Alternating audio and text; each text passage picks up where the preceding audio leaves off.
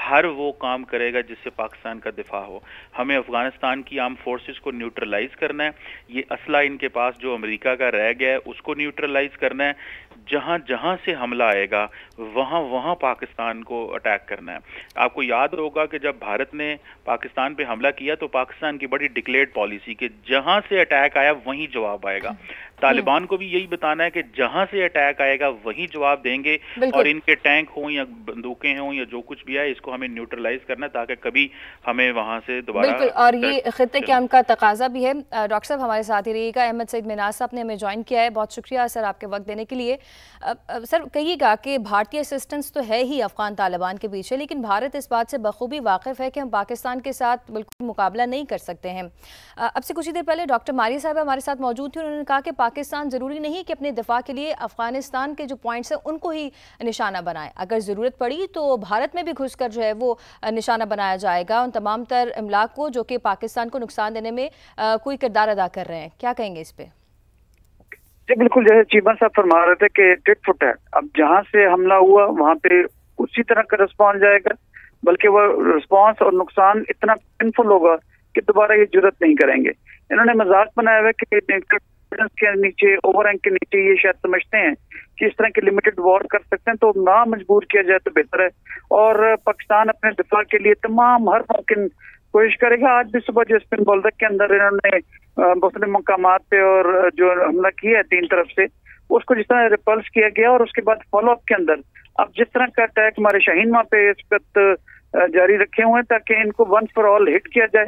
اور جہاں جہاں پر پیچھے پہاڑوں میں موجود ہیں کہ جہاں پہ یہ بری گورنمنٹ, یہ جو رجیم ہے طالبانی رجیم, جو ایک خود ایک فتنہ ہے, جن کی کوئی وہاں پہ گرائی نہیں ہے, نہ ان کی رٹ ہے وہاں پر, نہ لوگ ان کو پسند کرتے ہیں, کیونکہ وہ افغانی لوگ جو ہیں وہ خود امن چاہتے ہیں. بیکاز انہوں نے پچھلے 40 سالوں میں بہت جنگ دیکھی, 1979 سے لے کے اب تک. اب جب ان کا حق آتا ہے وہ بھی دنیا کی طرف دیکھیں اور جائیں, تو اس طرح کے ایکسٹریمسٹ قسم کے لوگوں پہ مسلط ہوئے ہیں جو ان کو دنیا ایکسیپٹ نہیں کر رہی اور ان کو نقصان ہو رہا ہے. تو لہٰذا ان تمام چیزوں کو سامنے رکھتے ہوئے پاکستان کے پاس تمام حقوق موجود ہیں. اور پہلے بھی ہم نے پریونٹیو, پریمپٹیو اور ریپوسٹ, یہ جو 3 آپشن ہمارے پاس موجود ہیں اسٹرائک کرنے کی, جو کہ پاکستان کی اوفینسو ڈیفینسو ڈاکٹرن کے تحت ہماری جو فیڈرل گورنمنٹ ہے وہ ہمیں الاؤ کرتی ہے.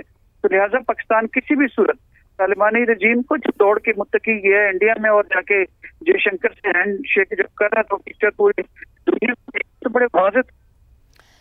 احمد سعید مناز صاحب, ہم نے آپ کا سٹانس جانا.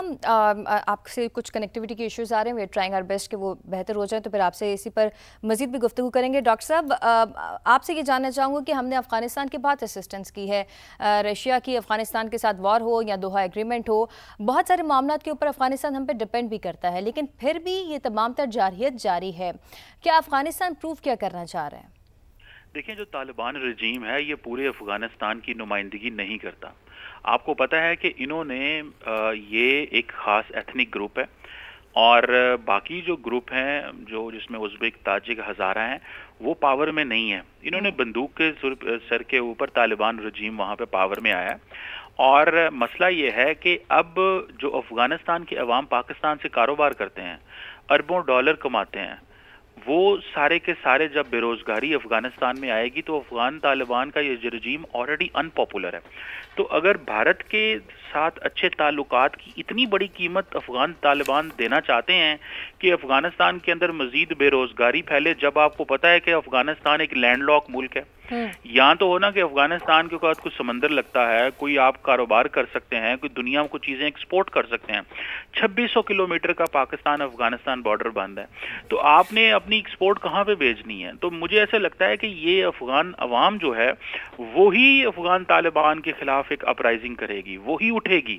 اور آپ دیکھیے گا آئندہ کچھ دنوں کے اندر آپ کو اس چیز کا اندازہ ہوگا کہ افغان عوام جو ہے وہ طالبان رجیم کے خلاف پروٹیسٹ ہوں گے اور لوگ سڑکوں پہ نکلیں گے. ٹھیک ہے, یہ بندوق کا استعمال کرتے ہیں, لوگوں کو باہر نہیں نکلنے دیتے, لوگوں کو قتل کرتے ہیں, ان کی زندگیاں انہوں نے اجیرن کی ہوئی ہیں.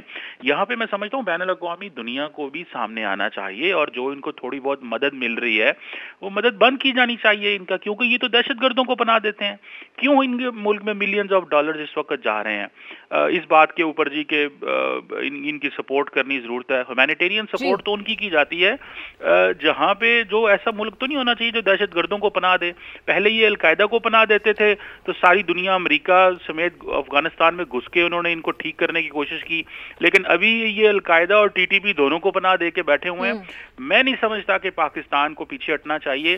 پاکستان نے ہم نے 20 سال دہشت گردوں کے خلاف جنگ لڑی ہے اور ہم نے اپنا بڑا نقصان کروایا ہے, جانی مالی, ہم اکانومی ہماری جو ہے اس کو نقصان پہنچا ہے صرف اور صرف خطے کے. اب ہم افورڈ ہی نہیں کرتے کہ ہم ان تمام تر معاملات کو جو ہے وہ برداشت کریں, اور بڑا امپورٹنٹ سٹانس بھی دے دیا گیا ہے کہ اب ان کو کنفرنٹ کیا جائے گا اور ان کا مقابلہ بھی کیا جائے گا. Security expert doctor Qamar Cheema ہمارے ساتھ موجود تھے. بہت شکریہ آپ کا وقت دینے کے لیے.